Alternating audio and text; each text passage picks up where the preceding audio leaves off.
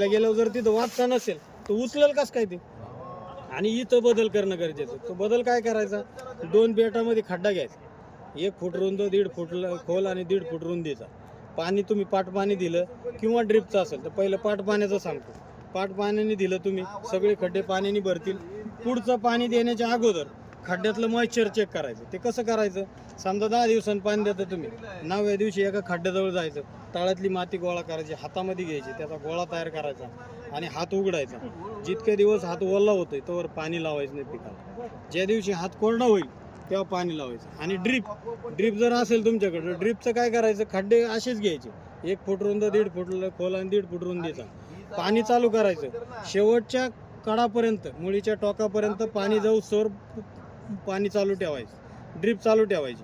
म्हणजे तुम्हाला कळतील किती तास पाणी लागतंय आपल्या मुळीच्या टोकाला पाणी जाण्यापर्यंत.